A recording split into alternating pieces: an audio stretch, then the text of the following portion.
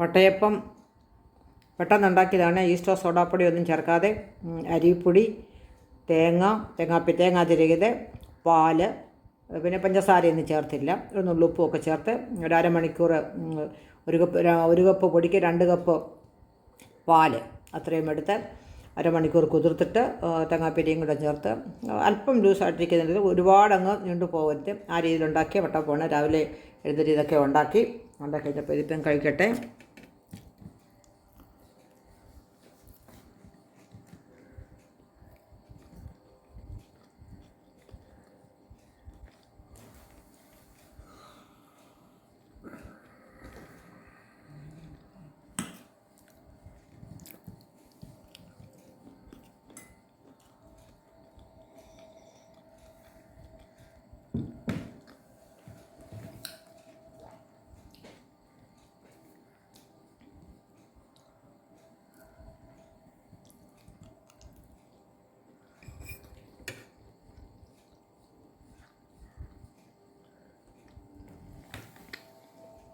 ബാക്കി 2 കഷ്ണം കൊണ്ട് കഴിക്കട്ടെ.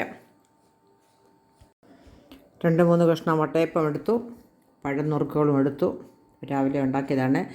രാവിലെ ഒരു അരക്കപ്പ് കോഫി കുടിച്ചു, അത് മതി. ഇനി ജസ്റ്റ് ഒക്കെ പോയിട്ടൊക്കെ വന്നു കഴിഞ്ഞിട്ടൊക്കെ ഉള്ളൂ ധാരാളം വെള്ളം കുടിക്കുന്ന യാത്രയല്ലേ, ചർച്ചിലൊക്കെ പോയിരിക്കുമ്പോൾ.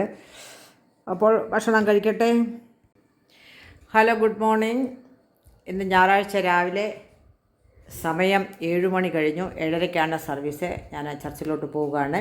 അതിന് മുമ്പ് ഒരല്പം ബ്രേക്ക്ഫാസ്റ്റ്. ഇന്ന് രാവിലെ വട്ടയപ്പം ഉണ്ടാക്കി, അതിൻ്റെ കൂടെ ഏത്തപ്പഴം കുറച്ച് പീസുകളും അതും കൂടാണ് കഴിക്കുന്നത്. അത് കഴിച്ചിട്ട് രാവിലെ കുർബാനയൊക്കെ കൊള്ളാൻ പോകുന്നവരധികം ഭക്ഷണമൊന്നും കഴിക്കത്തില്ലെങ്കിലും ഷുഗറൊക്കെ ഉള്ളവർക്ക്, പ്രായമുള്ളവർക്ക്, കുഞ്ഞുങ്ങൾക്കൊക്കെ എന്തെങ്കിലും ഭക്ഷണം കഴിച്ചിട്ട് വേണം. ഇല്ലെങ്കിൽ ക്ഷീണവും ഒക്കെ ആയിക്കഴിഞ്ഞാൽ മറ്റുള്ളവർക്ക് പ്രയാസം ഉണ്ടാക്കാതെ ഒക്കെ ചർച്ചിലെ ആരാധന കഴിച്ച് തിരിച്ചു വരാം. ഇന്ന് ഇടവക ദിനമാണ്.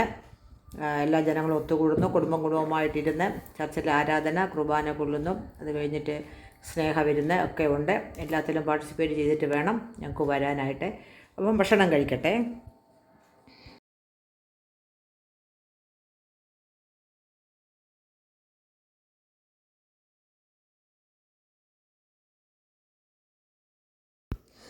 ചർച്ചിലെ ആരാധന മധ്യേ എടുത്ത ദൃശ്യങ്ങളാണിത്. ആരാധന മധ്യേ ജന്മദിനം, വിവാഹ വാർഷികം, ഇതിനൊക്കെയുള്ള പ്രാർത്ഥന, പിന്നെ സ്തോത്ര കാഴ്ച, കാണിക്ക, ഇതിനൊക്കെയുള്ള സമയത്ത് ജനങ്ങൾക്കിരിക്കാം. അത് കഴിഞ്ഞിട്ട് ആണ് കുർബാന കഴിഞ്ഞ് 9 മണി ആയപ്പോൾ തന്നെ കുർബാന കഴിഞ്ഞു. കാരണം പ്രസംഗമൊക്കെ പൊതുസമ്മേളനത്തിലാക്കി വെച്ചു. അത് കഴിഞ്ഞിട്ട് 9 മണി ആയപ്പോൾ എല്ലാവർക്കും ചായയും ചിക്കൻ സാൻഡ്വിച്ചും ഒക്കെ സ്നാക്സായിട്ട് കഴിച്ചു.